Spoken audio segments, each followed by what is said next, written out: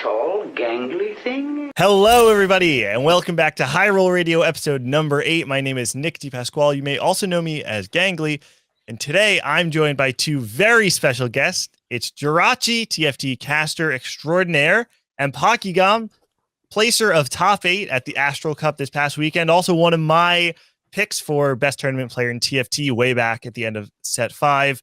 Jirachy, Pockygom, thank you both for being here. Jirachy, how are you doing? Yeah, thanks for having me. Casting was exhausting. I'm tired, but it was a good time. I love TFT, Bat Chest. Pocky, how are you feeling? I'm feeling good. I have a bunch of classes, but with the TFT tournament out of the way, feeling pretty happy. Wait, so you're in school for like a summer semester right now? Mm-hmm. I'm doing teacher's college right now to get certification. Ah, very nice, very nice. Well, for everyone who's watching right now, this is a live Teamfight Tactics call-in show where you, the viewer, are just as much a part of the show as we are. So I'm going to break down a little bit of how this show works before we kind of just talk about what's going on in TFT. But the main thing is that, like I said, this is a call-in show. So we want to hear your hot takes, your opinions, your questions, anything that you want to talk about, we want to talk about too. So the best way to do that is to join the Discord link. I'm going to post that in the chat right now. You can get to it by !Discord. That will get you into the official Teamfight Tactics Discord channel. On the left-hand side, you will see a submit takes topic. You can go ahead in there and put your take, your topic, your question, whatever it may be. If we like it, we'll bring you in for a mic check. Make sure that you go into the waiting room and mute yourself. Don't deafen yourself, just mute yourself so that we know that we can get you in for a mic check and you can hear us. Like I said, if we like your take, we'll bring you in for a mic check. Then we'll get you ready for the show. We'll bring you on and we'll all talk about it together. All right. Whew, man, I need to get through. I need to figure out a faster way to get through that spiel because I feel like I'm just speeding through it every week. Speak faster. That's all. I know. No, seriously, it actually is like that. Okay.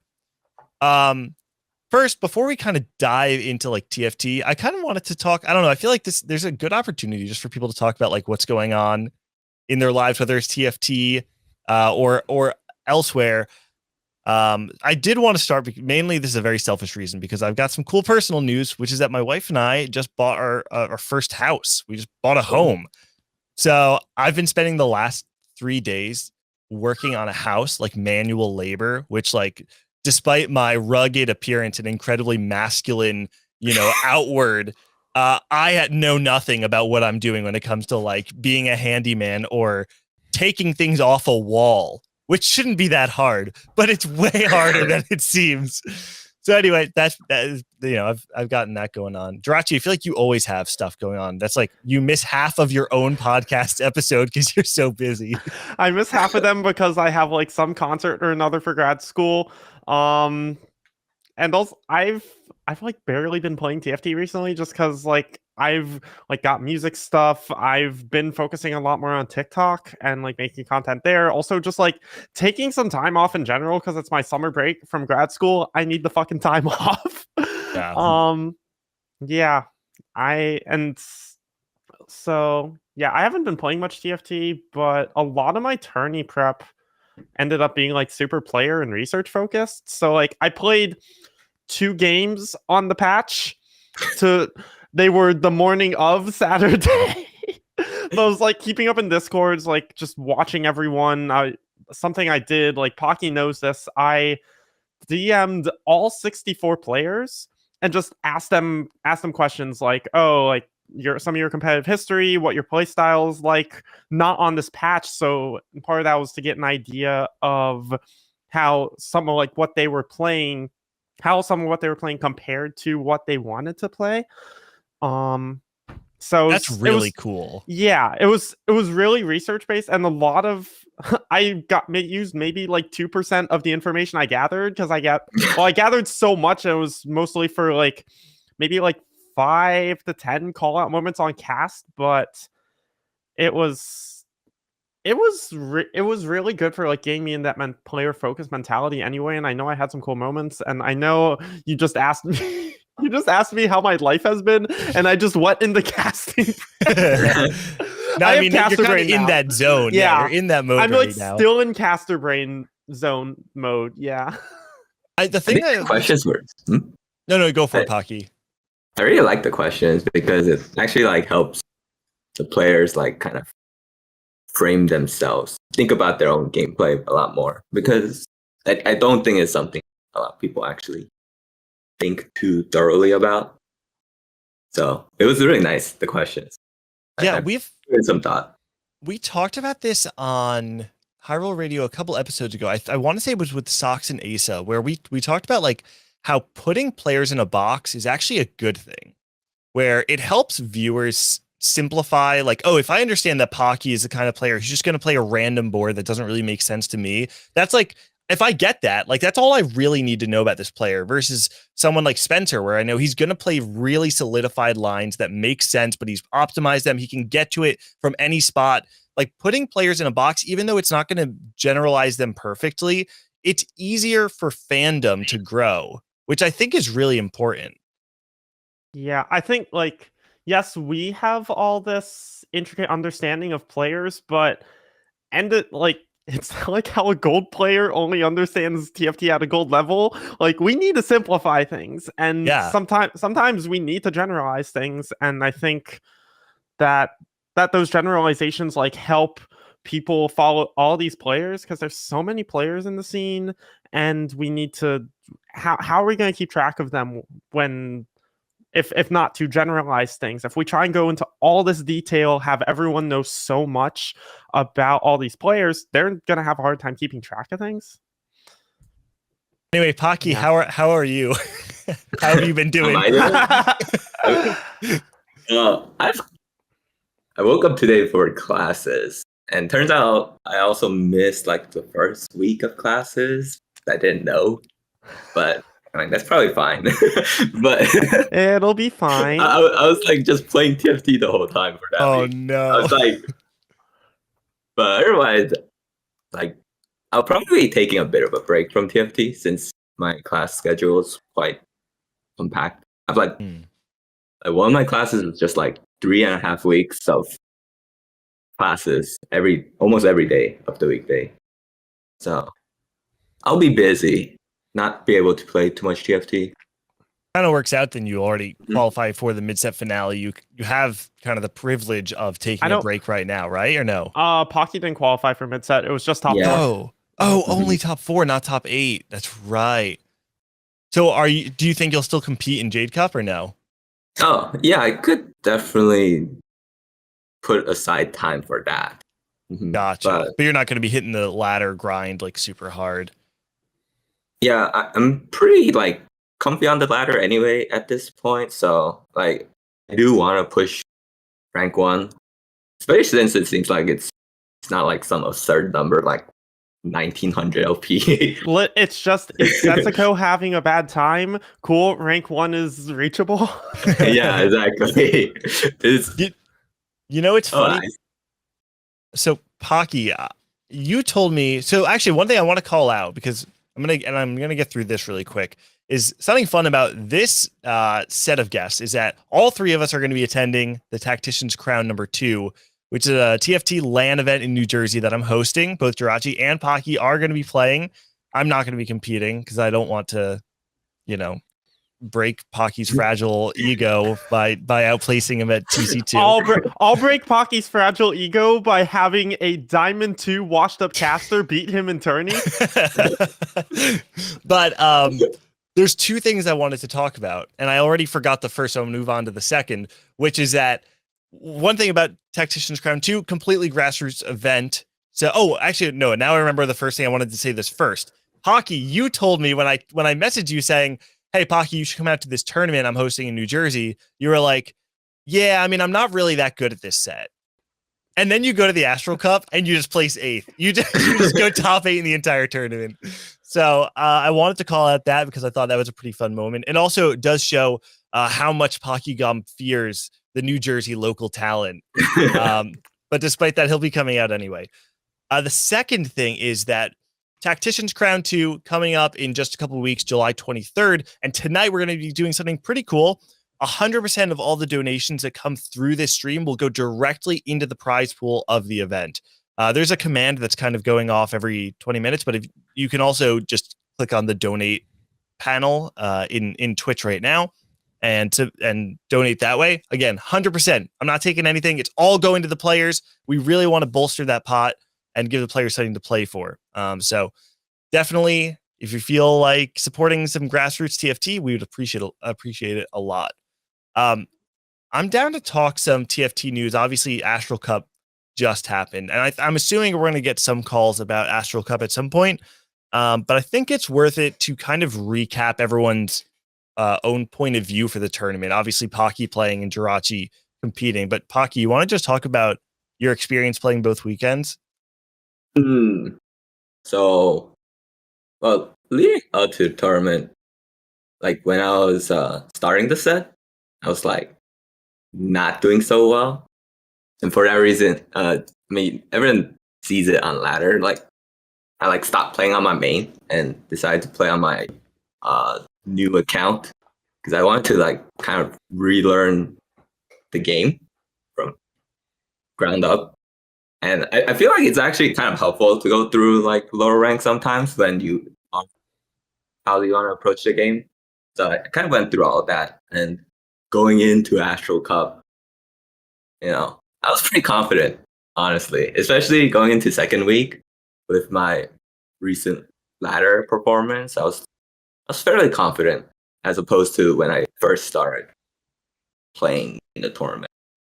So when I think back to the end of set 5, a lot of people had you on the radar as like, this is like the guy at regionals. I mean, I had you number 1 in that video I put out. You ended up placing 4th at regionals. But one of the things I noted back then was your ladder performance doesn't necessarily mean that you're going to be rank 1.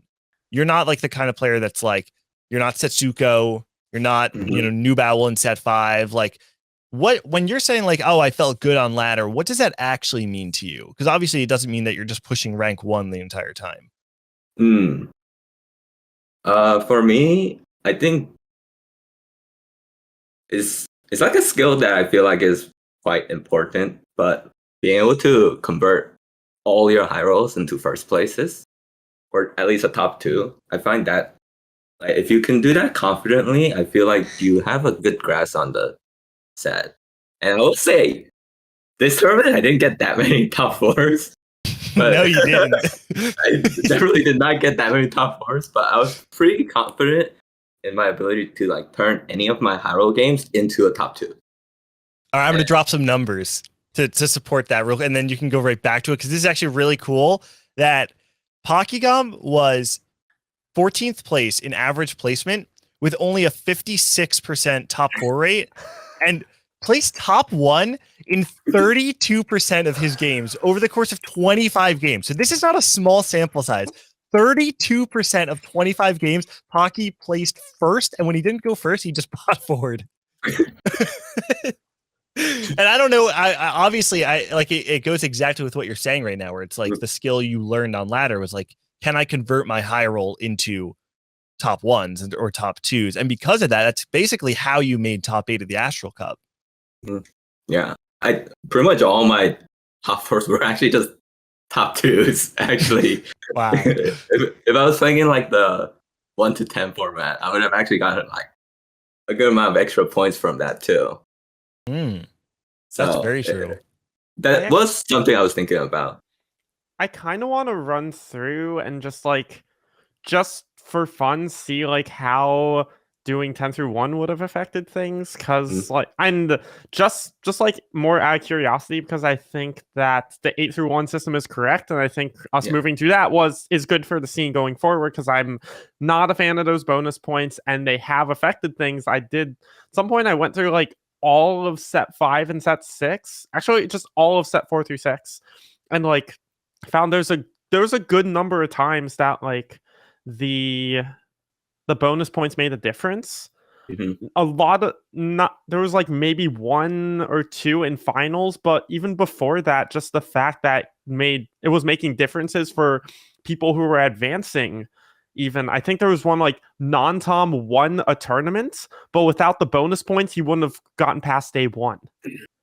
Oh wow. I think I found that in there. I was like, the bonus points had some effects. I know, like, Mort loves to cite that.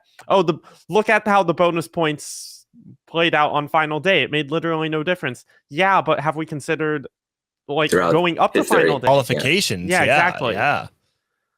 Where do you two fall on the spectrum of like 1 through 8 versus 1 through 10? 1 through 8. Oh, I've been saying 1 to 8 since set 4. Yeah. Like literally, well, I guess I wasn't playing too much tournament, but when I was playing in set 5, I was kind of like one of the main proponents for like the change of the system that we kind of pretty much got in set 6 alongside like Frodan, where we changed more towards seeding for tournaments, and then shifting it towards 1 to 8 was one of the big things I wanted as well. Did they change that for set 6? I don't remember. No, set 7 I think is the first Yeah. time we're doing 1 through 8. Mhm. Yeah. Honestly, I feel like if we were to award bonus points, I like 1 through 8 as well, but I would be down for 1 through 9 and +1 for top 4. Yeah, I think that's fine. I always felt like 1 through 10 with +1 for first is really weird, especially because most people, not every game you can squeeze out a top 4, but like there's no way that 8 players are actually capable of a top 1 in every single game. It's just never going to be the case. So to me, it feels really weird to give a bonus point where like at the beginning of any certain game, you really are only able to give that bonus point to like 3 or 4 players, if that makes sense. It's kind of like a weird abstract way of looking at it, but it's like you're basically just hurting half the field and giving them putting them at a disadvantage without them having made a single decision in the game, because they are just not going to get a top 1-able game that game. I don't really like 1 to 9 because I think the idea that top 4 is any different from like saying 4th place is any bigger of a jump from 5th compared to any of the other placement diff doesn't really make sense to me, because it should just all be about like placement, really. And that should be what matters more. Like giving points to top 4 makes players take sort of like so-called like bad habits, which is what like some people might call like ladder warrior strats, I guess. Like it's something that I don't particularly like. Interesting. Well, I mean, actually, Jirachy, I didn't even give you a chance. You want to talk about just your experience in Astral Cup? On the casting side? Yeah, on the casting side. Or just general thoughts on the event from what you saw. The event, well, I can talk a little bit about this because I haven't talked about this publicly. Astral Cup for me, I think was the weirdest cast I've ever done. Not because of like the event itself or how the cast itself went. I was just something about the vibes was really weird. And well, if you watch the event, everyone kind of like day one, the production was kind of rough.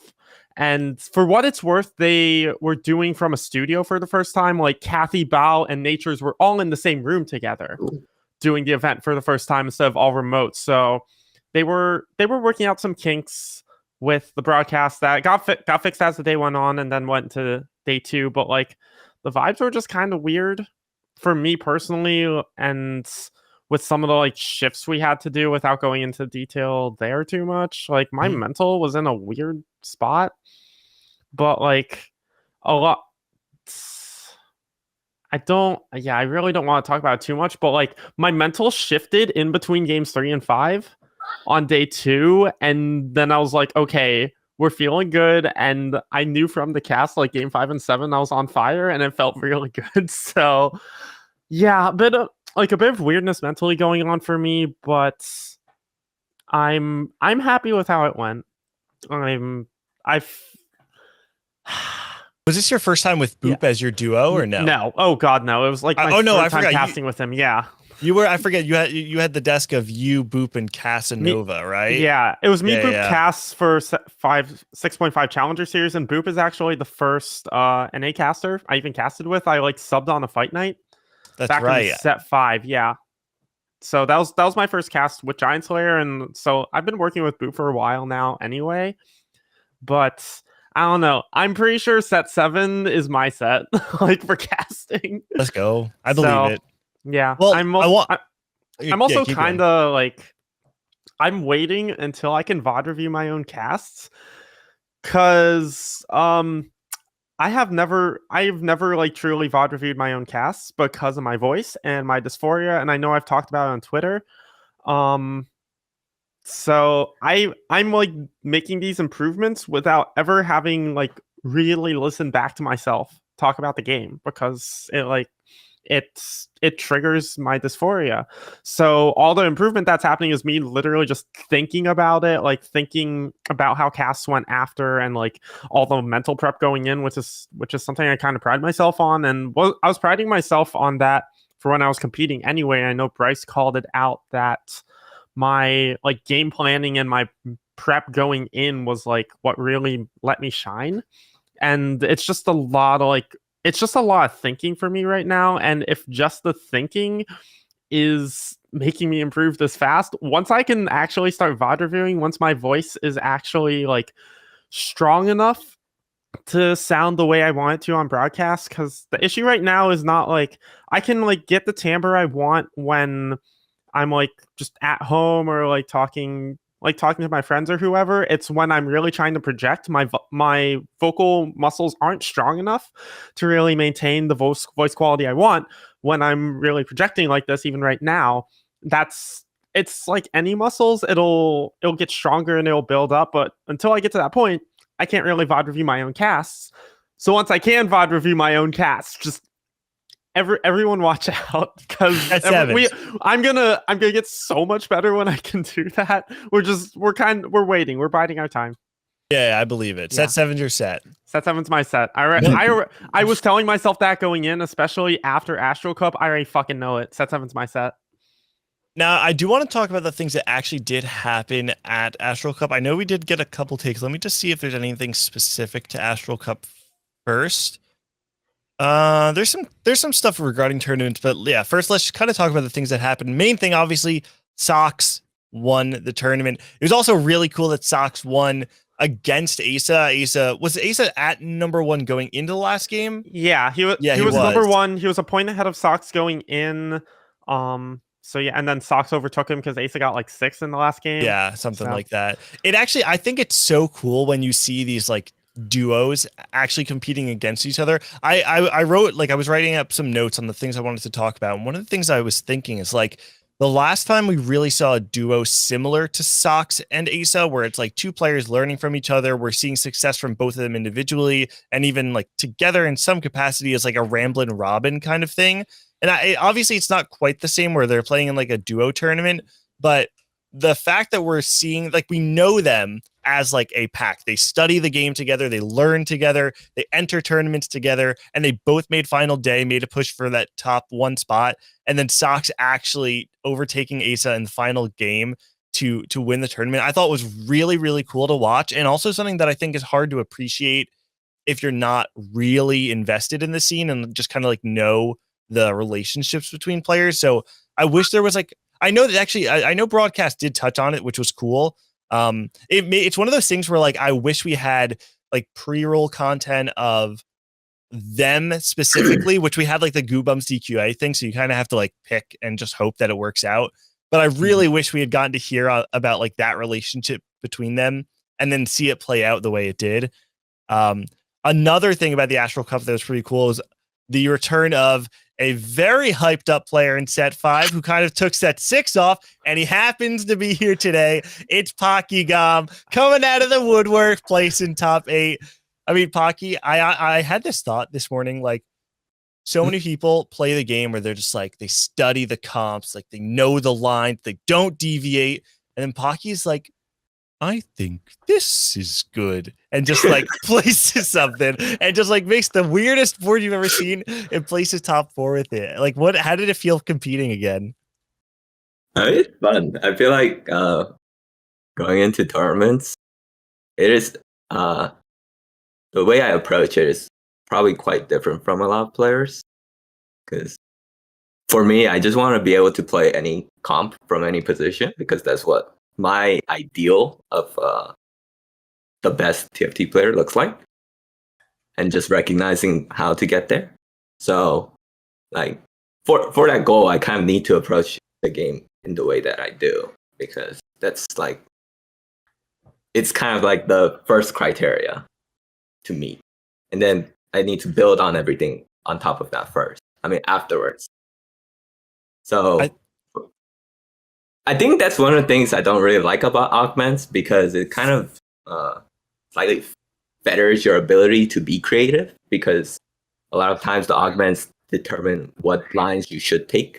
And a lot of times comps become a lot more linearized, like the way that you build it because of the augments. Which is a lot different from how I felt about set 5, where set 5 had a lot more creativity, in my opinion. Like, as much as people like meme about like vertical comps near the end of the set, I think there's a lot more creativity that it had with the whole shadow item system. But I'm pretty sure I'm the only one who does that. I think that's the first time I've heard someone say that like augments limit flexibility.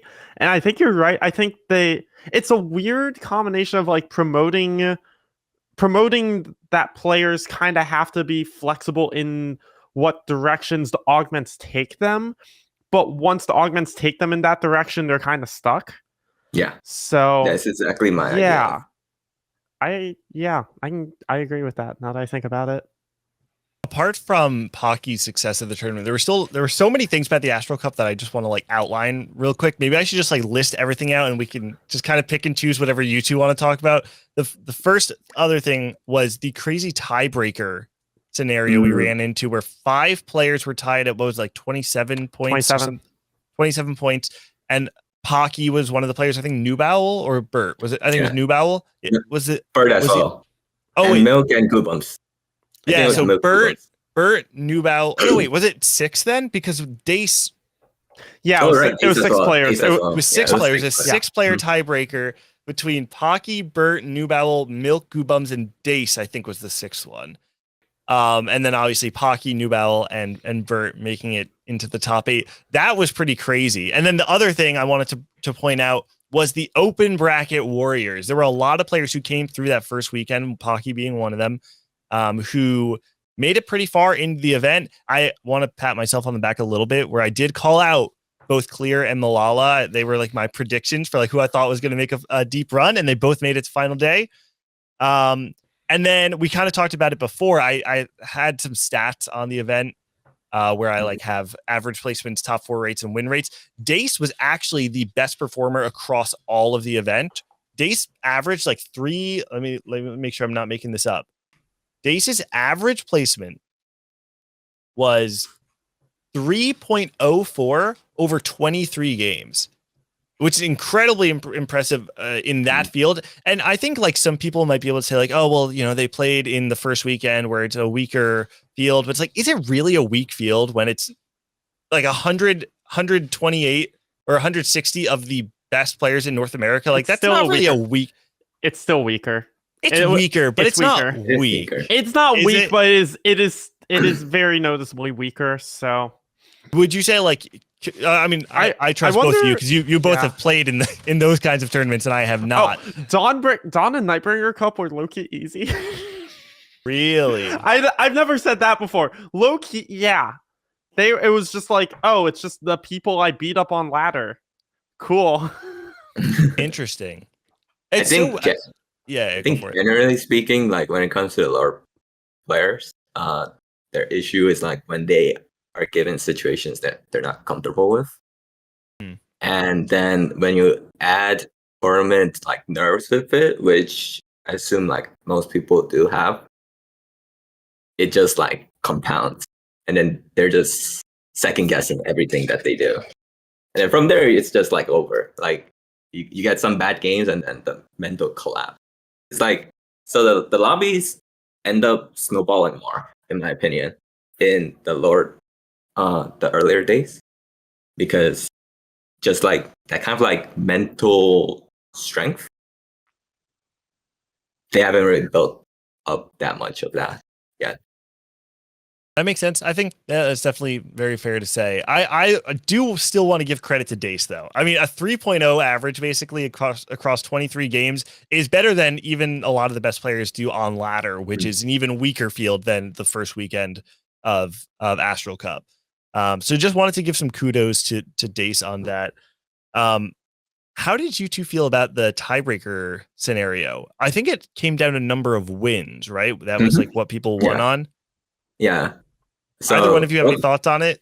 I didn't. I literally, whatever you're telling me is the first I know of the actual tiebreaker scenario, Okay. and like how it played out. I just saw, oh, Milk and Goobums are in finals. Cool. Guess we're talking about that.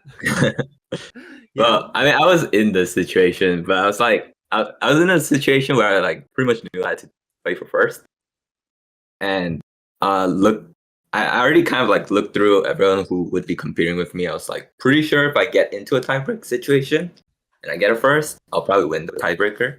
So that was my mentality going to game 5.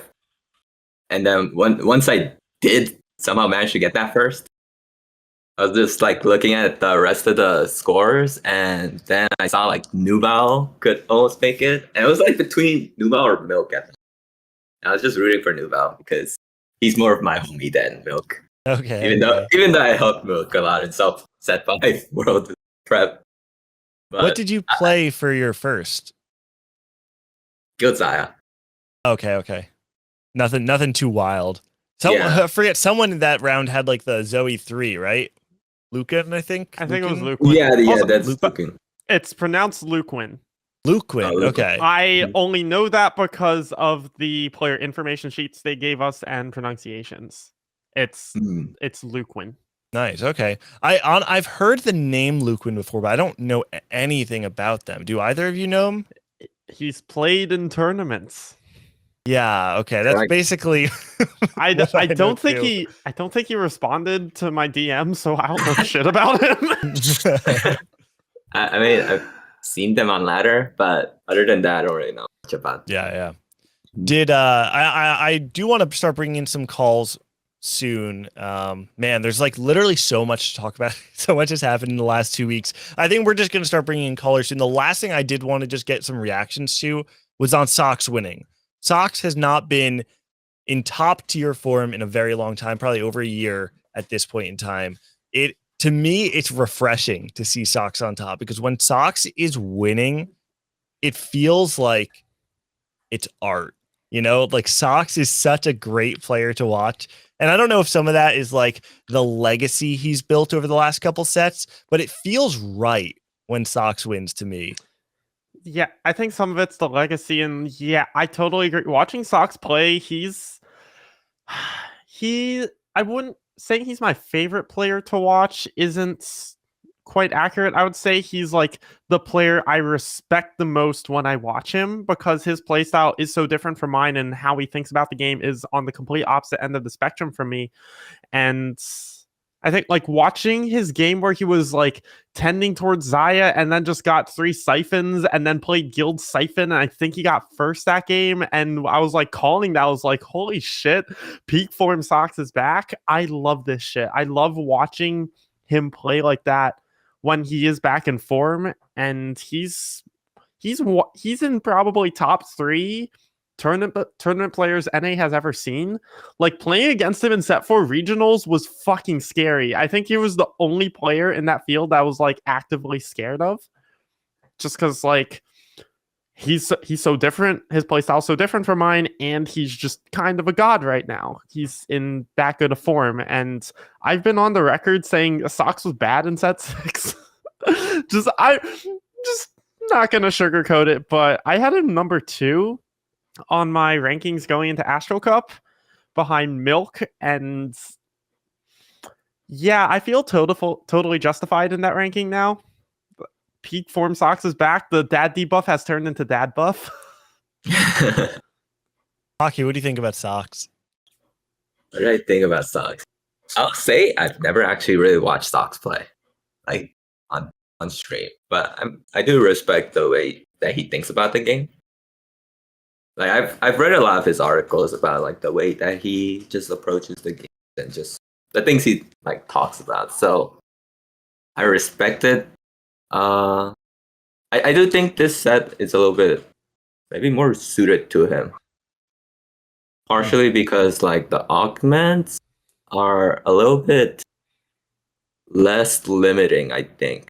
Like flexibility limiting as it was last set. Because I feel like last set it was just like so much of just like you're kind of shoehorned into some direction.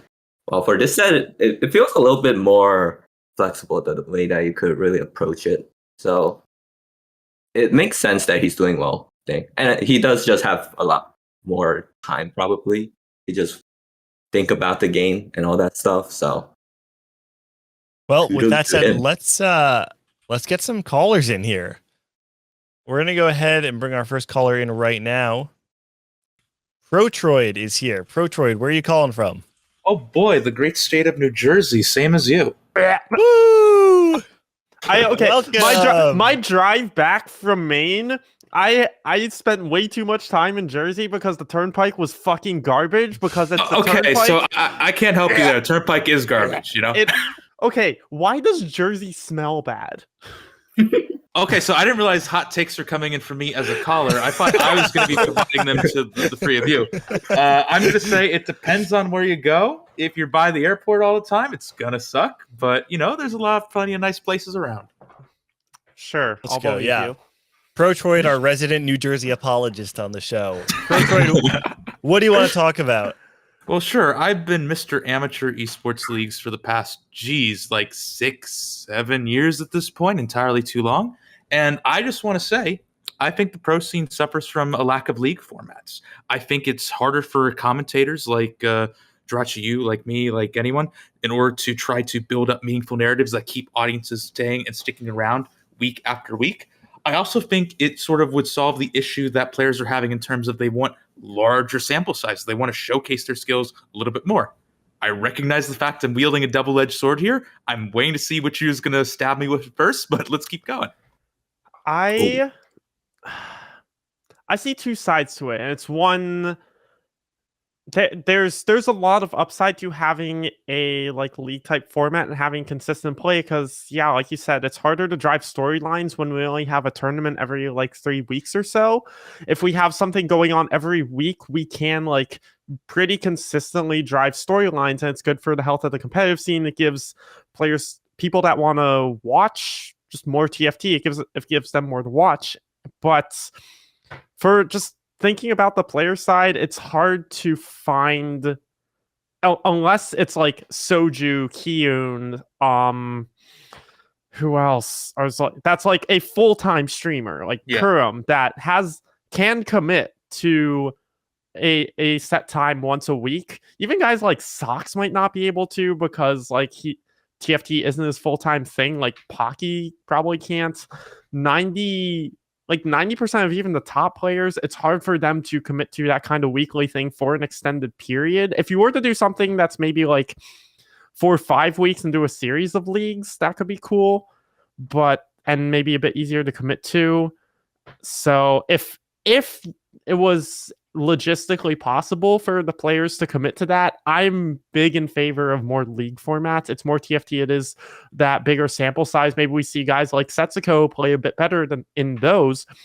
And then we can kind of drive the narrative around him of like, oh, he's crushing ladder. He's crushing these like more extended league formats in this field that is like all top players. It's not just, oh, he's crushing noobs on ladder. He's crushing players as good as him week after week.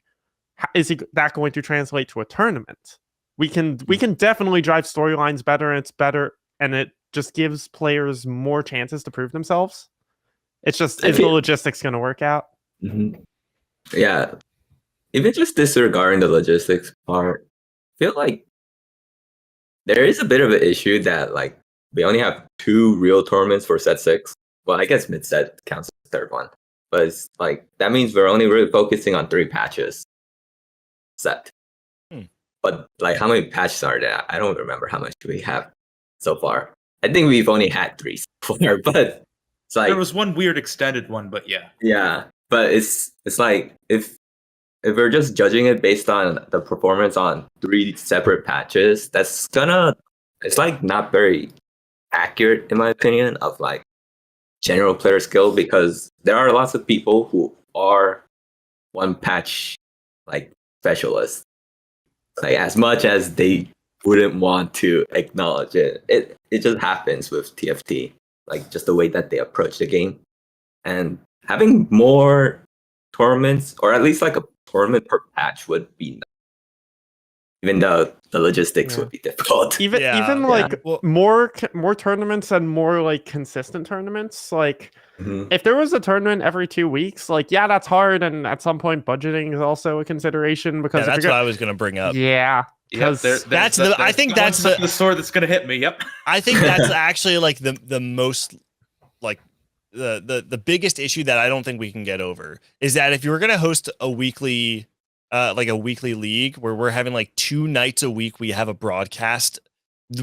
Where's this money coming from to hire an entire production team, all of the casters? Like, and you know what's going to happen then is like suddenly our on-air talent is forced to like lower their rates to like work. I'm sorry, no. Like but then what happens is like what happens then is like if we can't afford the casters who are part of the scene, it's going to all go to casters who are willing to undercut. And Protroid, actually, I'm curious to kind of get your opinion on this as like an amateur caster who like, and I say amateur, like if people don't know, Protroid has worked in a lot of different casts in a majority or in a wild array of games. Protroid is very, very good, but you have a lot of experience in amateur where I imagine people are kind of undercutting each other already just to get jobs or just working for free because there is no budget. Yeah, it's the unfortunate kind of truth of a lot of it where I've been in the amateur scene for, as I said, like 6 or 7 years or so. I've worked in some companies that were great in accommodating some organizations that were great in accommodating in terms of how they're able to provide actual monetary support for commentators, for production staff, and they've done phenomenal work. I've seen others that haven't been able to do money, but have been able to try support through trying to teach new skills in the field as well. Say the one that I worked on back in the day, Compete League, we very rarely had opportunities to pay our casters. When we did, we tried to, but what we tried to focus on instead was trying to take commentators who had no experience whatsoever and build up their resumes. Obviously, that doesn't work for a pro scene. You just can't extrapolate that upwards because eventually something's got to give. But it is going to be, as you're saying, the sad truth of the amateur scene. It's a lot of people working together to make something happen because they're just so damn dedicated to it. And this is, I think, the part where I call out folks like the Contingent Competitive League, Aegis Esports, who are filled with phenomenal, lovely people that do everything they can in order to build these phenomenal tournaments. Yeah. All right. Go for it. Yeah, you got it. You got it. I have. If we're getting into like money and all that stuff, knowing how much I get paid, which I will not be saying because players will peep a riot. $1 billion? I made $1 billion this weekend. I'm a billionaire now, living in whatever the fuck this apartment is. Yeah, doing tournaments more often would get really expensive. Like casters are expensive, production teams are expensive, especially like good casters and production teams. So, and Giant Slayer like doesn't have the biggest budget, so they're making do with what they have. But even for like, and yeah, if you want to get like the more like amateur casters that are undercutting guys like me and Dan, like that wouldn't sit well with me, because then it's like, well, then if I want a job, I have to lower my rates, but I know exactly what I'm worth. That's something that's kind of like something I've been priding myself in, is like, I know exactly what I'm worth, and I refuse to drastically undercut myself and take a gig that's going to pay me significantly less than what I'm worth. That hasn't come up yet where someone was like, hey, I want to pay you like not that much. And I'm like, well, because the current list of gigs I've been offered has been Giant Slayer, Twitch Rivals. I did kind of get lucky with getting fast track to casting professional off of just being a player and telling Risa, hey, I want to fucking cast. Fun fact, I've done exactly one gig for free, and that was the first gig I did. And I was just like, hey, I want to try casting. And then from there it was like, oh, Giant Slayer noticed in all fairness. So it was like it wasn't going straight into like, oh, Giant Slayer, like pay me a bunch of money. It was the kind of like I got like dipped my toes in, and then they noticed me off that cast. But I don't even know where this was going besides shit gets expensive. I want to turn this over to Pocky because Pocky hasn't had like a ton of time to talk on this topic. But Pocky, I'm curious, just even like if instead of the Astral Cup, you were required to play in like, let's just say 4 games a week or 6 games a week in some sort of league that's like 2 different nights, is that something you would actually be able to commit to versus the 2 weekend long events like we're doing right now? Honestly, I think that'd be easier to schedule around TBH if it was like a more consistent thing. And that would also make like the Astral Cup was a lot of games since I started from the pretty much the qualifier setting, right? It's like 25 games. So I pretty much got all the way to final round. That was a lot. It'd be nicer if I didn't have to play as much in such a condensed amount of time. And it's just more spread out. I would prefer that as well. I do want to propose kind of like what I think, in my opinion, the solution actually does look like. And this is something I've brought up for literally years now, or I guess a year and a half or whatever, which is that we need to be doing open bracket tournaments. And there's so many reasons here. And the way I want to connect this to what ProTroid is saying is that going back to building narratives, right? Like we saw things like Pocky make this deep run from what you could consider as like the open bracket phase of the tournament with like these lower level players, like lower level challenger players. And that's something you can actually like draw a through line in the cast, or like when you're looking at the event and say like Pocky came from day 1, went on a tear, won 33% of the games, went bot for the rest of them, but who cares? He's in top 8 right now. Like that's really cool. These are things you can point to, but to talk about like the budgeting and like scheduling things. First off, budgeting. I don't know why we're not doing open bracket tournaments that we're not just subcontracting out to Aegis or Contingent or whoever, like these tournaments who are doing grassroots efforts.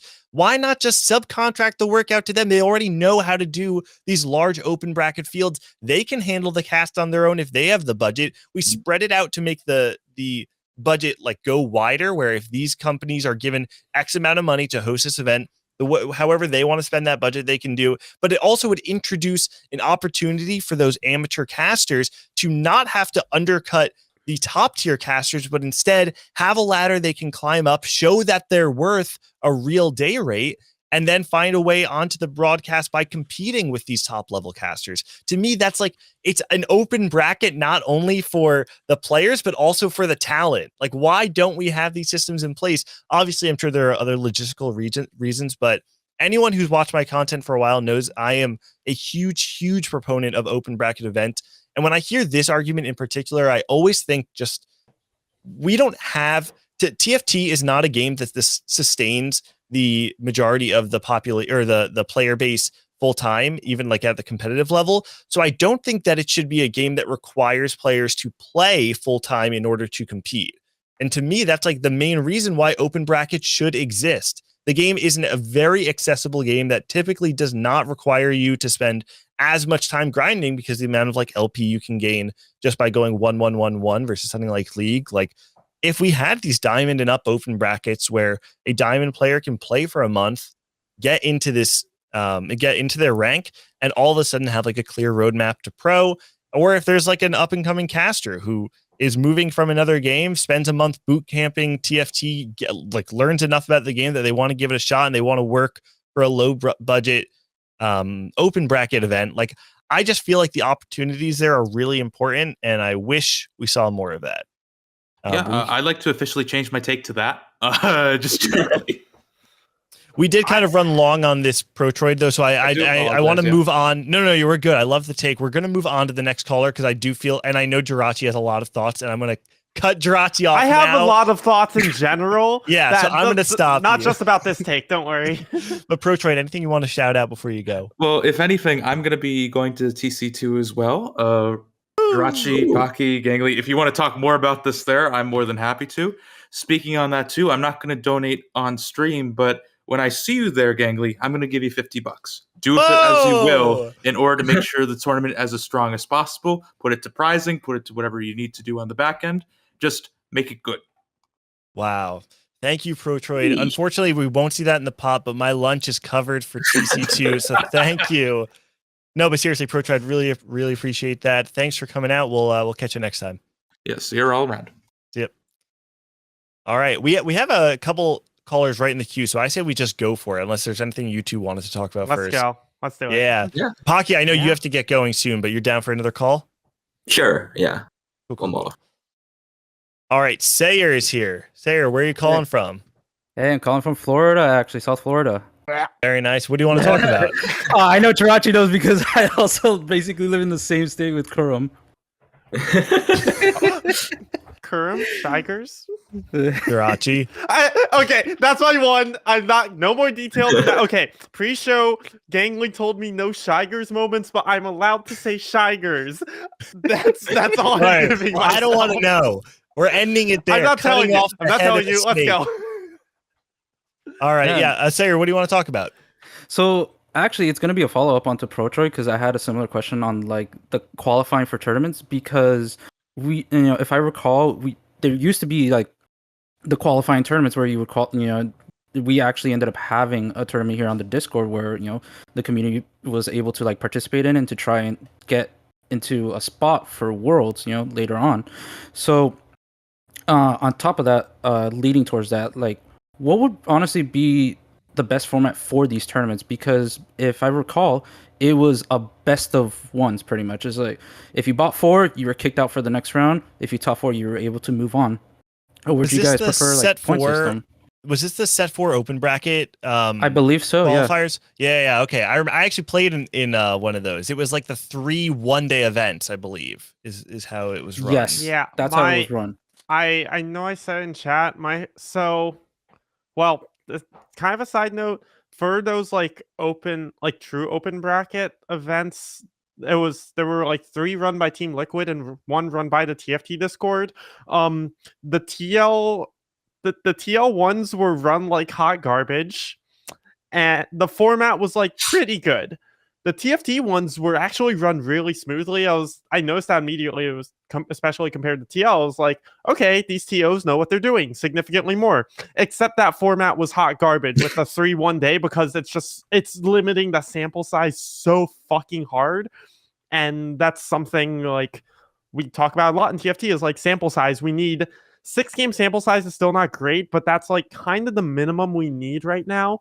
So though that format was bad, I'm down to not return to that. And honestly, I think the current format for like the quote unquote open is good. I think having that threshold of like you do still need to be this good at TFT in order to play in these, and it's still not a super high cutoff. Like being top 160 when realistically there's going to be Smurfs in there, there's going to be overseas players in there, so it's Chinese players, yeah, exactly.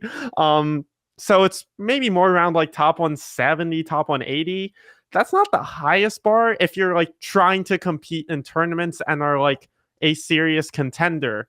And at some point it is also optics, like a random Masters player like making a run in that kind of small sample size, it's possible.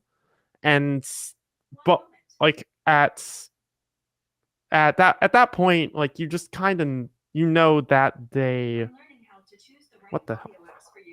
Oh my god, my iPad is speaking to me out of nowhere. It's okay. I'm gonna. What the hell? Okay, we're good.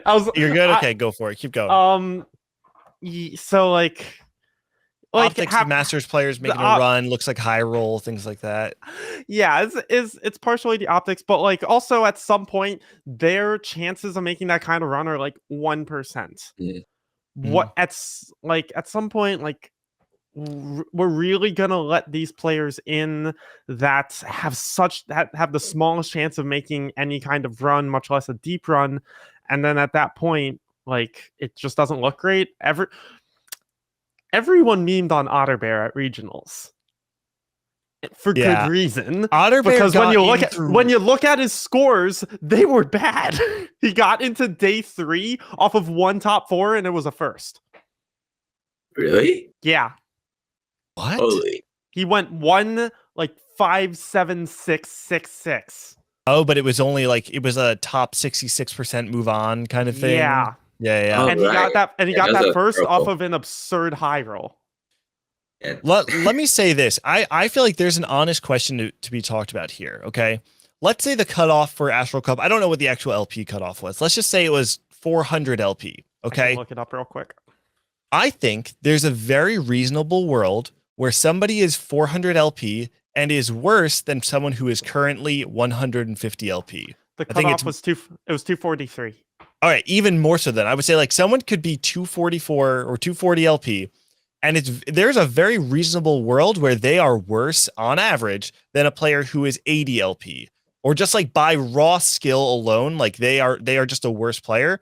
What I'm saying is like open bracket events, if an 80 LP or 150 LP player who doesn't qualify for the actual 160 player cutoff makes it into, let's say like the top 16 get to play in the Astral Cup and we drop it so it's 144 from ladder get to play in Astral Cup, the final 16 spots are dedicated to an open bracket qualifier.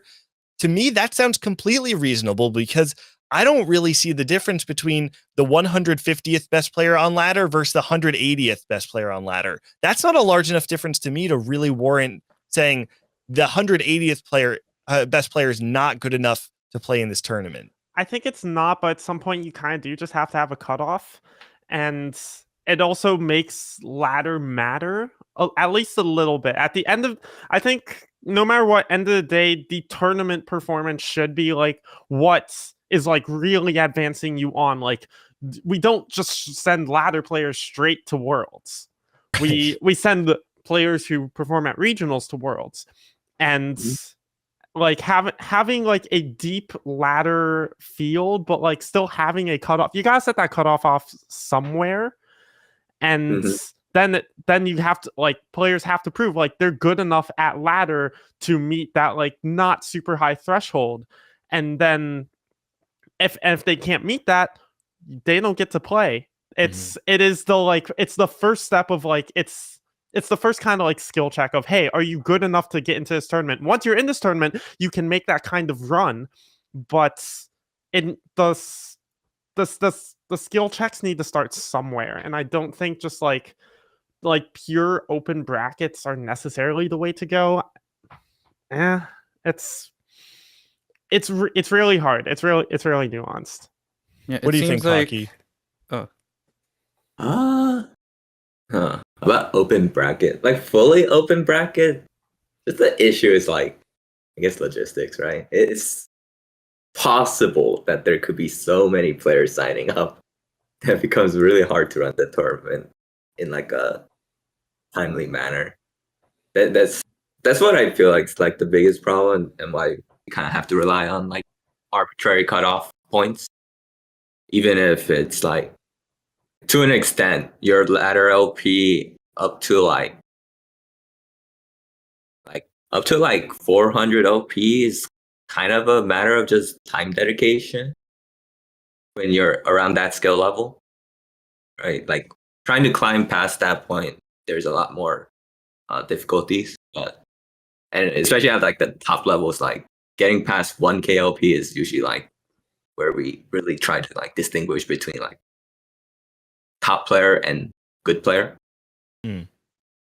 But prior to that, I think it's mostly just like it's really hard if there's too many people signing up, which is possible. I think like a lot of my friends would sign up if they could, because like, oh, there have been some crazy runs before, right? Yeah, Like and signing up for random- those tournaments was crazy. Mhm. I remember like I signed up for the TFT Discord one and it was literally like I set an alarm for like 4:57 and then I set another one for like 4:58. I'm at Discord, like I'm refreshing constantly. I'm waiting for that link to drop, and if you don't get in the first like 10 minutes, you're just done. So like It was having done the was same tough. thing for set 3 and 4. Yeah, it's bad. I hate it so much. I still like, I'm not saying that the way that open brackets have been run are what the perfect iteration of open brackets needs to look like. But to me, I really do feel like it's a strong argument to say that the difference between the bottom 20 or 30 players that make the LP cutoff for these open bracket tournaments, such as the Astral Cup and Jade Cup, is not a large enough distinction between that and like your average 200, 300 LP player, later on in the set. Mhm. Like I feel like it is a small enough difference to say like any Masters and up player to me should have like a shot at qualifying because they're probably not going to make finals anyway. But like, is the 160th seed going to make the finals? Like, probably not, but we let them play. Here's the thing. I think that the difference between like rank 1 and rank 10 massive, and then even once you get further down, the difference between 500 LP and 250 LP, like it can still get pretty big. It's not like, oh, 250 LP is like just barely behind. Like there's massive skill gaps at pretty much every point on ladder with any kind of like even remotely significant LP difference. So yeah. Wasn't I 129th seed?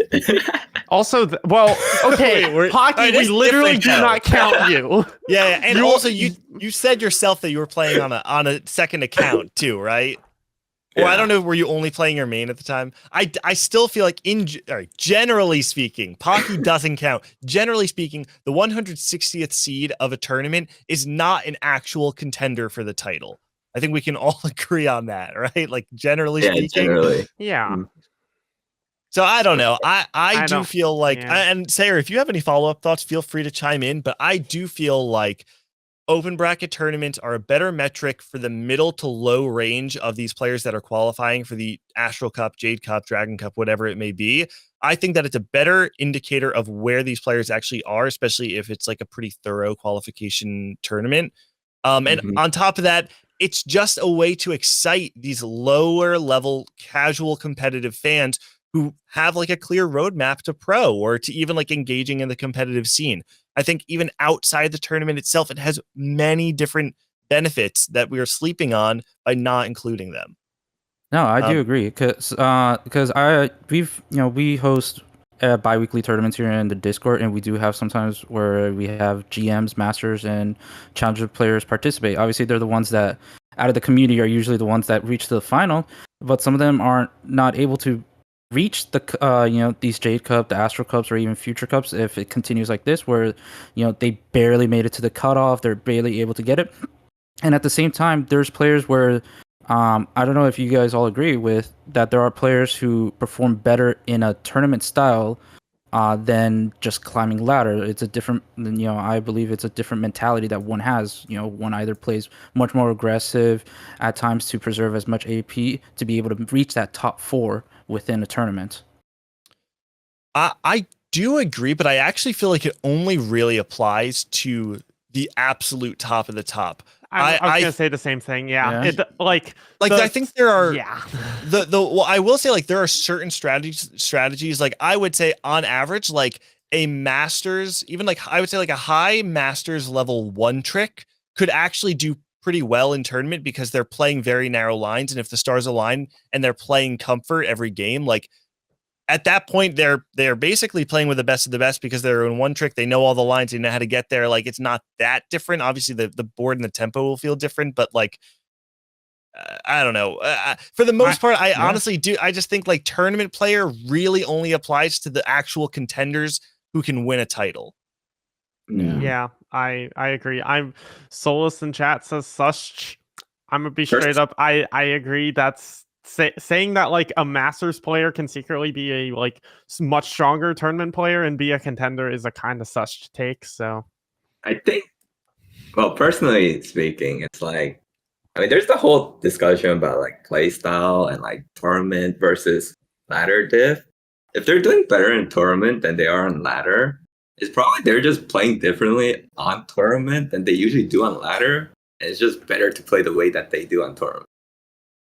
Like, I think I see what you're saying, because even like on average, like I mean, everybody kind of understands that like you play higher tempo in tournament, right? So like I think there's a world where like someone just naturally starts playing higher tempo than they normally would, and it actually just working out for them better because maybe they're playing a bit too greedy on ladder, like on average, something like that. Yeah, that's kind of what I think is the case for probably a decent amount of players.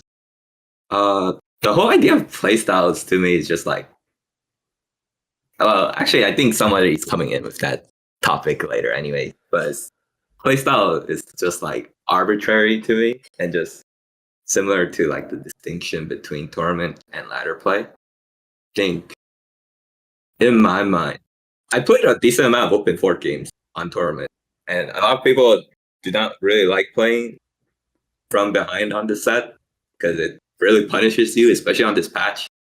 It's, dragons are really stupid. Doesn't even matter if you open fort. Like if someone else hits the side bit, it's like, oh, what can you do?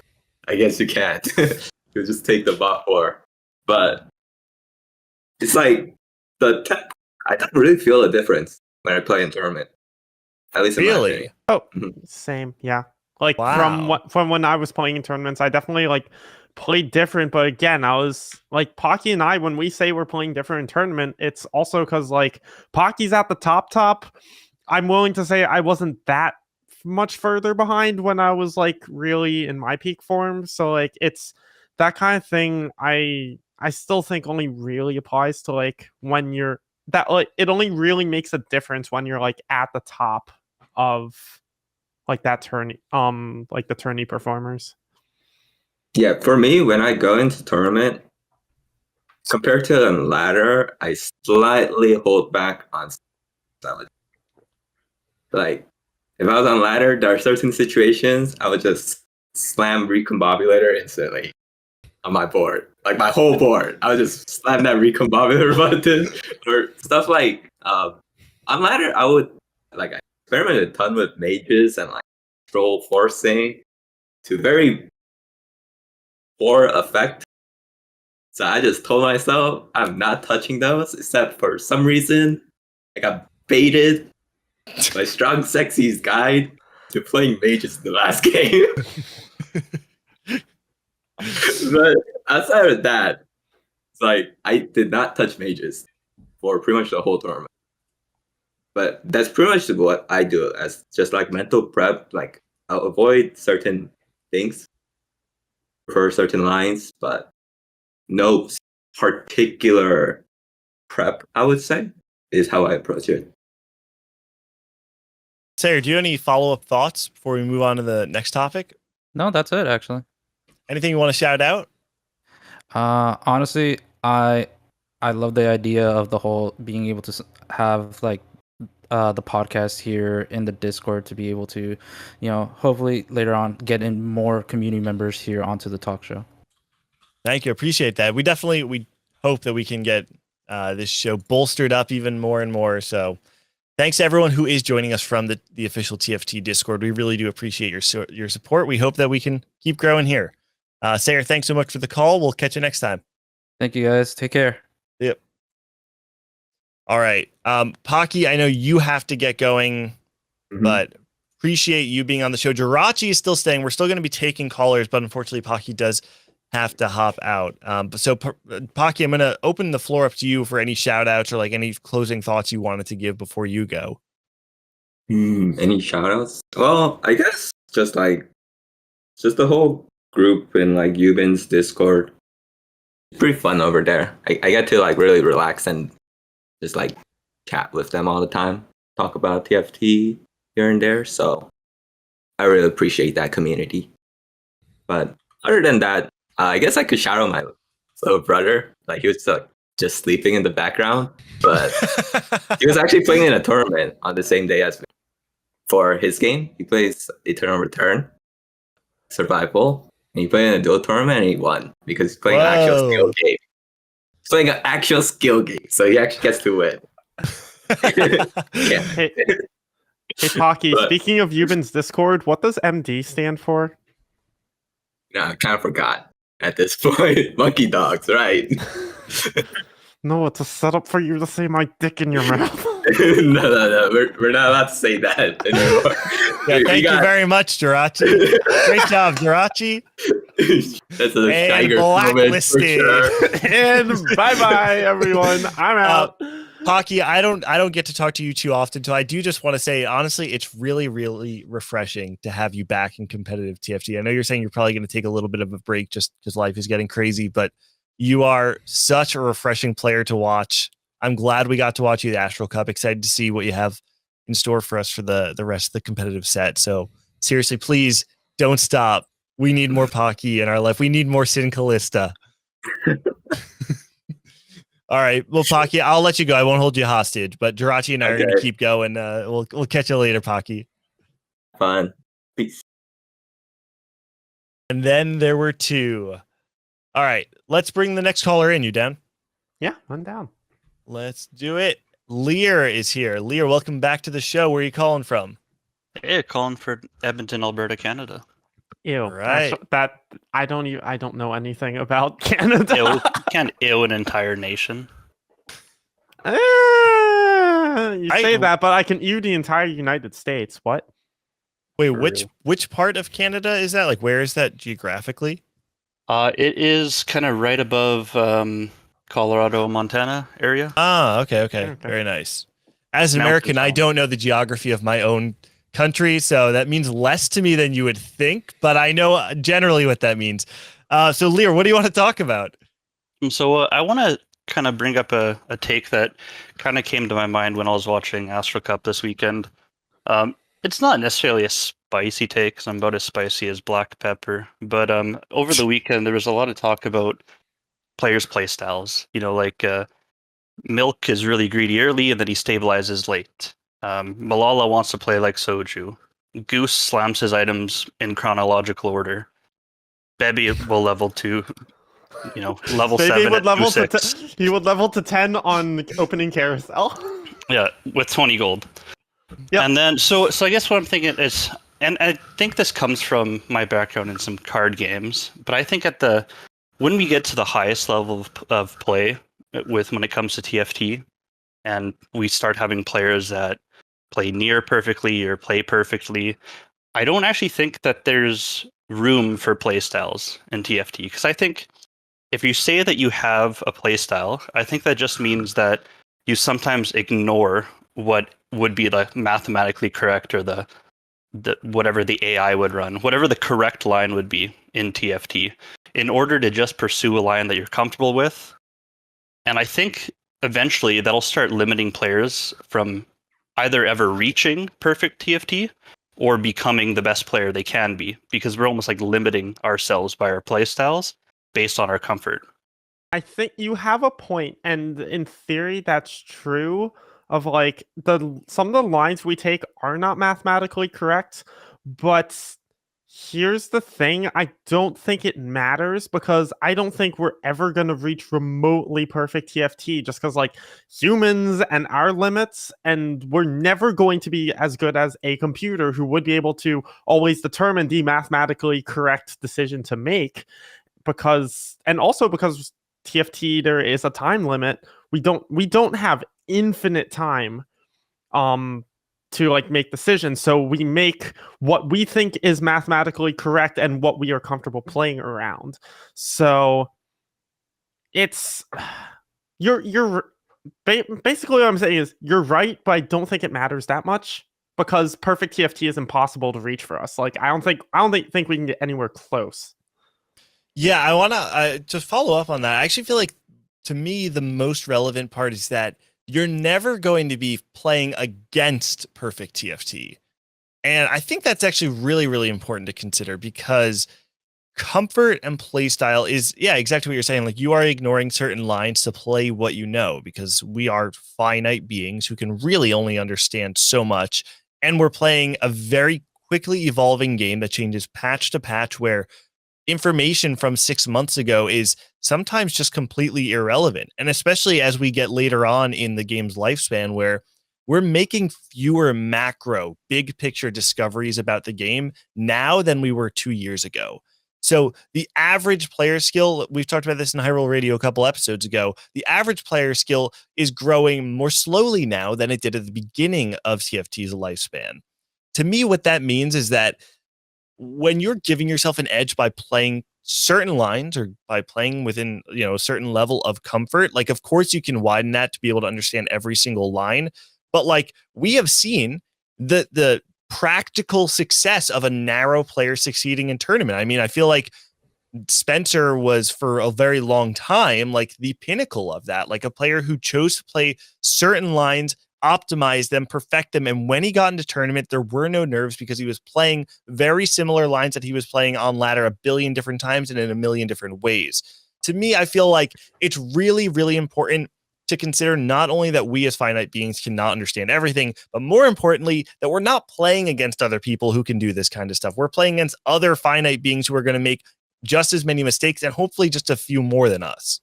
And also, because we are finite beings, because we're finite beings, perfect TFT for us is basically just the best TFT you can possibly like physically play. So in order to do that, a lot of times you do need to take like the slightly mathematically suboptimal lines, because for you they're actually more mathematically optimal because you can think about them better. Like if I take just pulling comps out of the top of my head, if I take a Varus line in some games, even if it's like 10%, if you just take it raw numbers, don't factor me in, it's like 10% less likely than to succeed than if I took like a Siphon line. But my understanding of Varus is around like 30 to 40% more so than Siphon. So actually, for me, taking the Varus line there is actually mathematically correct, just for me. Like objectively, you factor out playstyle, it's worse. But for each player, because our playstyle does factor in, that also like affects how the math kind of plays in, because and it's so hard to quantify because we're humans, but certain lines are just going to be better for certain players because their playstyle. And if we're trying to shy away from that in order to pursue perfect TFT, it's just never going to happen because perfect TFT is never existing. Can I just say that this is the kind of take that I wish we had Bryce with us as well, because this is such a difficult topic to talk about, where I feel like we're kind of not dancing around because we don't want to talk about it, but dancing around because it's like a really hard topic to talk about. And I need someone who can just like very quickly get to the point. And bro, that's like something Bryce does very well and something I do not do very well at all. I don't either. I take 10 minutes to say a point that Bryce says in like 30 seconds. Yeah. So Bryce, just let us know in chat like what the actual correct answer is here, because I know you're here with us right now. But I don't know. I feel like, Lear, like the main thing we're saying is like, yeah, I guess what you're saying is true, but like, I don't really care, because it's like, it's so far away from being relevant, especially in like a tournament setting. And again, like the fact that we're playing an evolving game that changes patch to patch, that changes set to set, even more so. Like, I don't know if it's reasonable for us to ever get, like, if we were playing on one patch for the last 2 years, yes, what you're saying is right. The fact that we have patches, the fact that we have sets, the fact that we have mid sets, like the game changes too fast for the variance to ever not be the biggest factor. Like, you have to consider that if you understand a handful of lines that are easy to get to, you're going to get there pretty often because of the variance of the game. Also, I'll call out Pocky just saying this in chat. It is also more fun to attribute playstyles to players. If everyone was trying to play perfect TFT and that was their playstyle, the game would be so fucking boring to cast. I would not be having fun. The fact I get to talk about players' playstyles was kind of my whole thing this past weekend. Everyone's trying to play perfect TFT. I can't do that anymore. And watching the tournaments and the casts just become so much more boring. Yeah, I think people love to consider, like, Milk is a greedy player. Goose plays tempo. Soulless is Gangly's favorite player. Like, these are really important things that the fans love. No, but honestly, I do feel like at a certain level, like, playstyles are important. And we talked about this before. I don't want to say the same thing over and over again, but like playstyles are important for the viewer base, because it's easier when you generalize a player and you break them down to like the most fundamental, most common decisions that they make. It's easier to build fandom. It's easier to create through lines and their different performances, set to set, patch to patch, blah, blah, blah. I think that actually is very important that we have playstyles for the health of the viewing experience for the game. But Lear, I'm down to open this back up to you if you have any rebuttal or thoughts. No, I think there's lots of good conversation in chat, and I think what Darth Nub said and what Pocky agreed with, and what Bryce is also talking about, where playstyle right now mostly revolves around stage 2 and how you're going to take that, whether it's open fording for econ or whether you're playing that extreme tempo. And Bryce is right when he says that that does affect the rest of your game, right? Your stage 2 is your entire game a lot of the time, at least directionally. But yeah, I think Bryce says it best, and I think maybe like what we consider the best TFT player eventually should be really stylistically flexible and be comfortable taking all these different lines when the opportunity presents itself, instead of being like tempo 20 out of 20. Today it's tempo, next game I'm open fording. And I think that's going to probably be the best we get to it at the end of the day. I think that's fair to say. I mean, I do think, like, obviously it's worth it to say players who are playing too narrow and are seeing the negative effects of it. I mean, I know that people have talked about Goose in particular, where he is narrow in the sense that he has a certain playstyle. You made the joke of him slamming items in chronological order, which may be the funniest description of Goose's playstyle I've ever heard. But like, I think it's fair to say that people do have playstyles that are worth criticizing, and that they do need to make changes to the way they approach the game in order to improve. Like that is just a general fact. But yeah, I mean, I think the reality is, like, it's a spectrum, and to say that it goes so far to say that eventually playstyles will just be suboptimal, that it won't exist in the game anymore. Like, I don't think we play a game that's a reality we'll ever reach. I do think that we play a game where skill expression is actually quite tightly tied into self-expression. And that's one of the really fun things about our game that people love. And I think it's actually a core value of our game. For what it's worth, I think since we talked about him earlier, I think if anyone's going to hit perfect TFT, it's going to be Socks. How he plays the game, he is so flexible in how he plays the game. Like, he can play greedy, he can play aggressive, he can slam items. He recognizes a lot of when you need to play which way. His play style is the closest to perfect TFT we will get. That being said, we've still got limited time, and Socks is still a human, so even him playing the perfect TFT playstyle, he will never actually play perfect TFT. So, and which is part of what makes Socks I think potentially the best player that NA has ever produced, just as a whole, across all of TFT, because his playstyle is so complete. But it's still not perfect, and it never will be. And for everyone who's not Socks, they have limitations, and they have to be able to adapt how they play their game so that they can maximize their strengths. That was a really fun conversation, Lear. Thanks for bringing that up. I wish, like, I don't want to linger on it too much longer because I want to get one more call in before the end of the show. But is there any last thoughts or shout outs that you have? No, I just want to say thank you to all of you. Like, thank you for doing the show. Jirachy, thank you for being a part of Triforce Tactics. TFT is dope. This community is dope. And thank you very much for having me. Absolutely. And Lear, thank you. I actually did not realize that a bunch of donations had come in for TC2 until someone mentioned it in chat. And Lear, I see that you were on that list. I'm going to call out all of those people and thank them. But Lear, thank you very much for your support of Tactician's Crown. Really appreciate anyone who's willing to come together and support grassroots TFT. So thank you for coming on. I'm very much expecting to see you again in another episode. But we'll catch you next time. Awesome. Take care. All right. Yeah, and like I said, I do want to call out all the people who have donated to the prize pool of Tactician's Crown. Hello, Sayer, Kana, Horsa, Lear, and Blind. Seriously, all of you, thank you so much for supporting Tactician's Crown. Jirachy, thanks you very much, because Jirachy's going to be trying to win that money. Thank you, everyone, for donating to my wallet. Absolutely. No, and you know what? Before we get into the last caller, this is something I wanted to talk about earlier when Pocky was here, and I didn't get a chance to, is how stacked Tactician's Crown has actually become. Like, this tournament, let me just, I wrote down a couple of the top players competing in this tournament. Ready?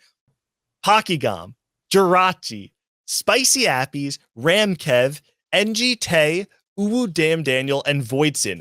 7 players that literally could make up like a top 8 of a challenger series, depending on what the patch looks like. We have seen all of these players at the top of ladder. Maybe not Tay, but I know Tay is a multi-set challenger player who actually came to the last Tactician's Crown, and he replaced someone else, and so he had to forfeit the first game in a 3-game prelim.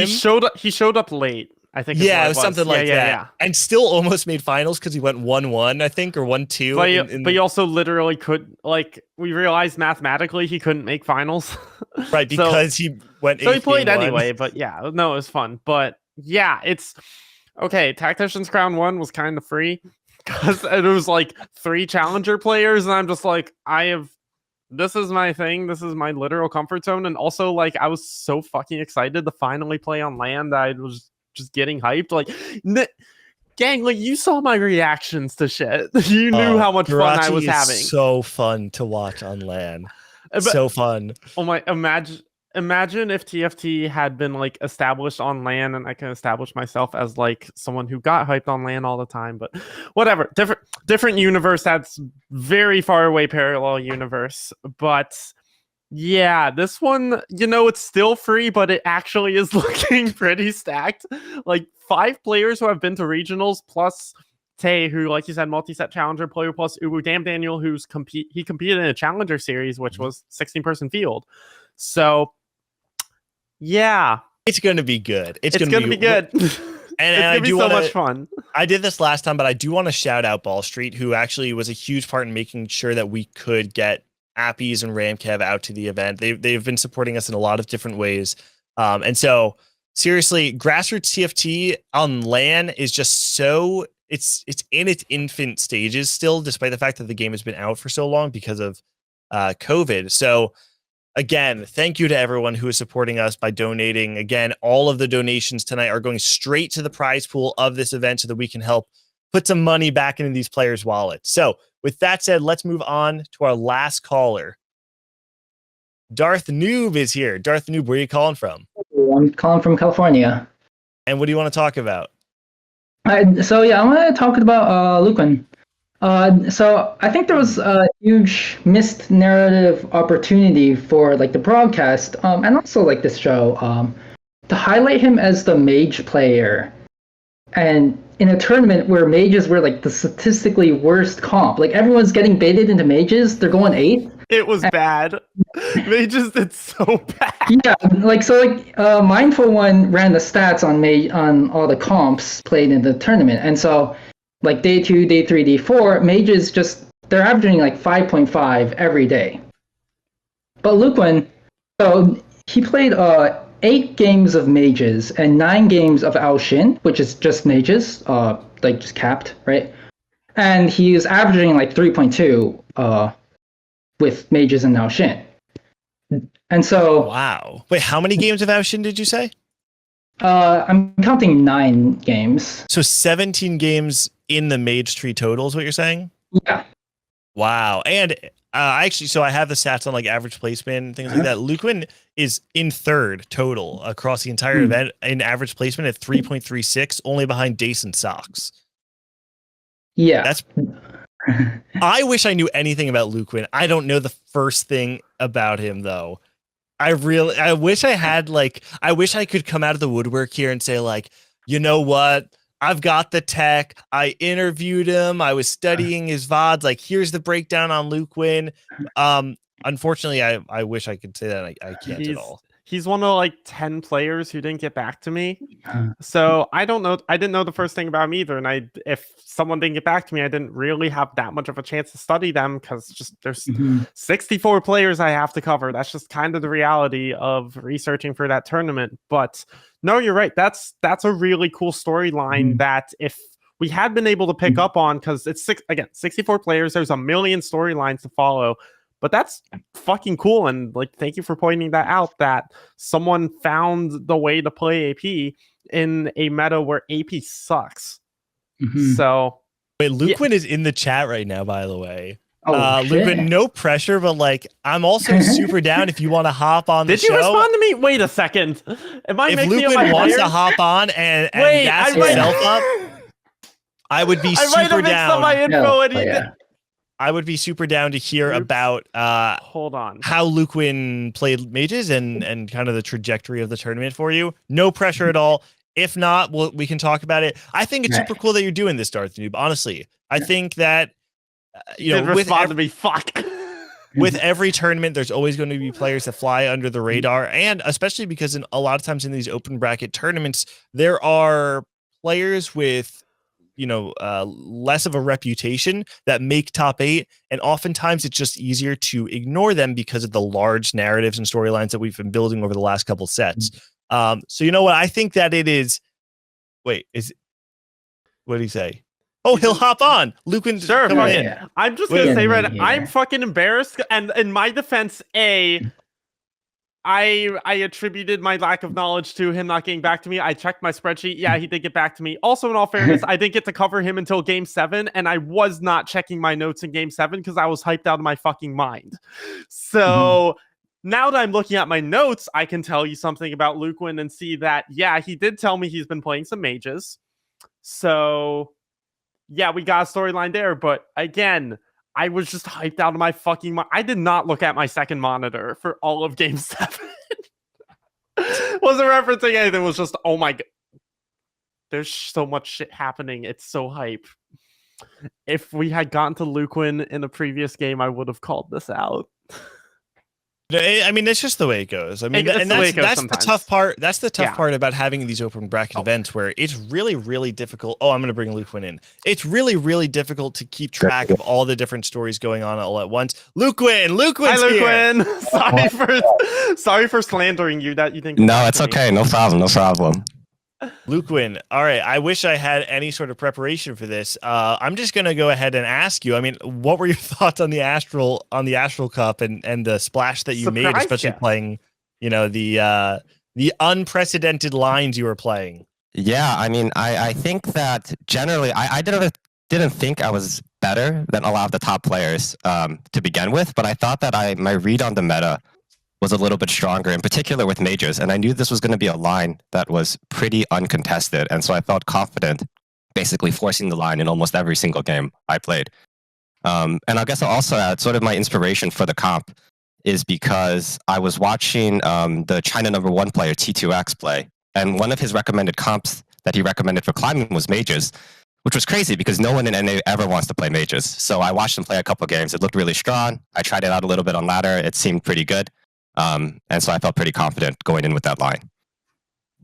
So I don't know how much of like the tech you're down to just like give up freely on this show, but I mean, is there something like a clear issue that North America was just like, that North America had when they were playing these mage lines that you just were playing around? Yeah, I think the tech is slowly starting to get out. I think people talked about this strong sexy guide on Reddit.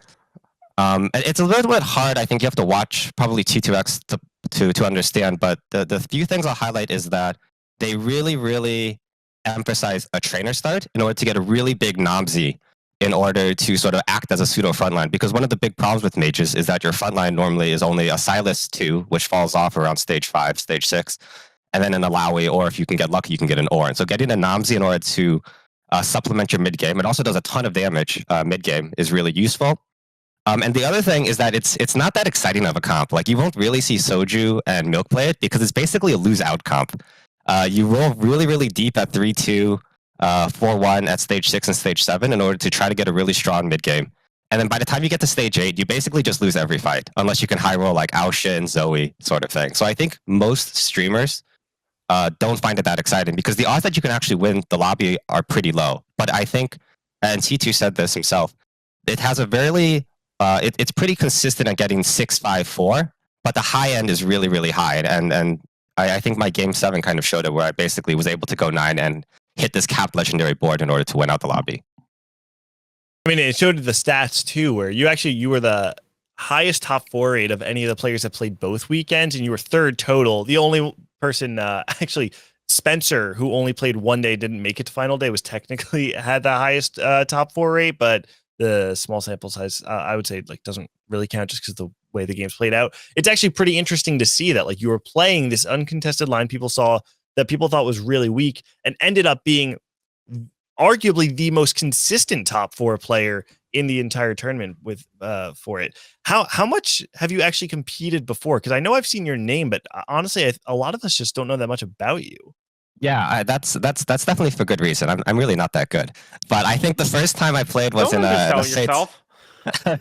I played in a States Open qualifier, and you guys were talking about this a little bit earlier on the show, and I that's sort of my first taste of it. I think I made it into I qualified for the I guess the actual tournament, if you will. I made it to day 2, and after that, I got super hyped, and I wanted to play a lot more competitive. And afterwards, I've sort of been playing here and there in a lot of these, top 160 cups. But I think this is definitely probably the biggest splash I've made, and it's not even close, quite frankly. So I'm pretty happy I had a good showing, and I'm pretty happy that I guess my gamble, I guess, on the meta really paid off there at the end. It put you in mid set. I'd say it paid off. Yeah, I'm excited. I think it's actually unfortunate because I have to go to a wedding during mid set, so I probably won't be able to make it. No, I know, but I'll play in Jade Cup at least, and hopefully I can make it to the finals through qualifier points. Is sort of my hope. Very nice. Yeah, absolutely. There's definitely still a world where that happens. So keep up the good work. You've definitely earned yourselves a lot of fans. I'm going to open the floor to Darth Noob, who opened this can of worms. Darth Noob, is there anything you want to say to Luqun? Oh, dude, you're a beast. Like, thank you. I feel like, you had like one of the best game plans going into the tourney. I think that's really admirable. Yeah, I think this is one of the only times this really works is in an early set tournament, because I think the meta is really unfleshed out, despite what a lot of people are saying. It's always people are talking about rolling at 7 for dragons, and that's sort of the only way to play. But I think, and I hope people sort of saw that. I think the meta really is undeveloped still, and there's a lot of room for growth still in the current game. Awesome. Man, what a beautiful moment we have here on High Roll Radio. This is actually one of the coolest things that's ever happened on the show. Luqun, I'm going to let you go, Darth Noob, you as well. We're going to start to close out the show. But Darth Noob, is there anything you want to shout out before you go? Just a shout out to the competitive DFT Discord. So shout out to Dace and Clear, who are like regulars there, for making it day 4. Very nice. And Luqun, anything you want to shout out? Not really. Thanks everyone for sort of inviting me on the show. I'm happy to talk about mages with anyone if anyone's interested in the chat or with you guys later on offline. I don't really stream much, but I'll be streaming the Jade Cup at least, so I hope I can have a good performance then also. All right, excited to catch more of the mage action or whatever line it is that you end up opting into. But good stuff again. Congrats on an incredible performance. Hope to see more of you in the future. Thank you. All right, take care, both of you. Take care. All right. Well, I feel like that's a pretty good note to end on. I don't know if we're going to top that with any other calls. Absolutely not. Man, that was cool. I love it's so cool that like random I hope this is not offensive to Luqun, but just like random people making a splash that he's obviously, like you said, like trying to build up his name over the last couple sets, has been entering these cups, finally does it, makes top what was his final placement actually? Do you remember? Second. Second? Yeah, he got second. Yeah, it was like overall. 1 point too, right? It was like super close. He barely got over Asa. Yeah. And I it's think so that, cool. Oh, yeah, I love that. That's like, I think that is the beauty of the TFT competitive scene. I think like beating a dead horse slightly, like he's not just a random Masters player who high rolled into a second this tournament. He is a solid challenger player who came in with an insanely good game plan and placed very high off it and fully deserved it. Like he didn't high roll his, like there. A lot of these high placements, there has to be some degree of high roll involved, but high roll doesn't discount how good someone plays to get to that point. And if Luqun doesn't play good TFT, he's probably not even in finals. So yeah, that's a beautiful storyline and the beautiful thing about this game, and well-deserved placement for Luqun. And man, all right. Well, Me going into my brain, for what it's worth, my brain has been trying to not be in caster mode with how I'm like closing out sentences. I know. I actually this whole time. Yeah. I feel like it's me. I actually noticed this. I feel like maybe it's the way I talk to people on this show. Like it tends to feel a bit more like interviewee or like castery than it is actually supposed to. There's a way to like kind of like wrap up your thoughts and phrase things in a way that's easy to indicate you're throwing to someone else. That like I have to do on broadcast and kind of just happens in these kind of formats. Yeah, I definitely get that. I mean, that's just the way it goes. It's how it goes, especially when like you are a caster. Closing thoughts on this event. All right. Astral Cup, awesome. We didn't get a chance to talk about the format. I did want to talk about that, but another time there will be plenty of other events. Shout outs to Sox. Shout outs to Salvi in EU for winning the Golden Spatula Cup. I thought it was really cool that the old guard of TFT just won out the entire weekend across both regions. So shout outs to both of them. Tactician's Crown number 2 is coming up July 23rd. We're going to have a stream for that. We're figuring out all the details still. I'll be sure to post all about that. Thank you, everyone, for watching Hyrule Radio episode number 8. Jirachy, any closing thoughts or shout outs before we go? Thank you so much for having me on. Thank you for like everything you do for the scene. That's the content space has been growing for multiple sets now because of the work you do. And I think all of us in the community very much appreciate it. So thank you again. Thank you for having me on. My shout outs, follow me on Twitter and TikTok, and I guess Twitch if I ever decide to stream again. It's just Jirachy TFT on all of them. TikTok especially, I'm like really trying to push content over there. I actually saw it. Your TikTok's been growing quite a bit too. I randomly stumbled across it yesterday. I'm at like 4.3k-ish followers, and I haven't even been doing it for 2 months, which I think like that kind of like natural growth is I think it's nuts for TikTok. There's not much TFT content, but I do just post a lot about trans shit. So if you want to learn more about that side of my life, follow me on TikTok because I got a lot to say about that. Wait, can we leak what's happening this week? We said right? Oh yeah, we can. Also shout out I want to shout out the Triforce Tactics podcast with me, Appy's Ramkev. Go follow us. It's twitch.tv/Triforce Tactics. And if you Google it on like YouTube and Spotify, it comes up. But Gangly's on this week. We didn't really announce this at the top of the show. This was kind of a crossover episode week for us. So like me coming on Hyrule Radio, Gangly's on this week for us. So yeah, it's Friday at 4:30 p.m. Eastern. Yep, I'll be there. Hell yeah. And we'll be talking even more about Astral Cups. So if there's a lot we didn't get to talk about today, so you'll get to hear it all there on Friday. All right. Well, again, thank you everybody for watching Hyrule Radio episode number 8. If you want to support the show, make sure you follow us on YouTube, on Spotify, wherever it is that you find your podcast on your phone or whatever device you use to listen to your podcast, you'll find it there. So subscribe to the show, rate it 5 stars. It actually does quite a bit in helping the show in its discoverability. So appreciate all of you who watch the show, and shout out to the TFT Discord who partnered with us on this show to put it in the official TFT channel. I think that this is a huge move for the show and actually does allow us to grow a lot long term. So big shout outs to Blind, the producer of the show. If you guys don't know Blind, he does so much in TFT behind the scenes. He deserves much more praise than he gets, and is honestly just really, really responsible for the success of Hyrule Radio. So shout out to Blind. One final shout out as part of, and the TFT Discord is kind of an extension of that. Shout out to this whole fucking community. The TFT community is fucking amazing. Just how we all support each other, and also like for me personally, how y'all are like supporting me as a trans person, as a trans caster, as I'm going through transitioning. I started transitioning in the middle of my first broadcast on Giant Slayer Lab Partners. I casted Saturday, started transitioning on day 2 the next day. So like that has very much been like happening with like, and me like kind of publicly talking about it with the TFT community involved. So y'all are awesome, and thank you so much for being supportive. All right, well, that's going to do it for High Roll Radio episode number 8. I already did all the closing stuff, so I'm not going to do it again. But again, thank you everybody for watching. We'll catch you in 2 weeks for the next episode.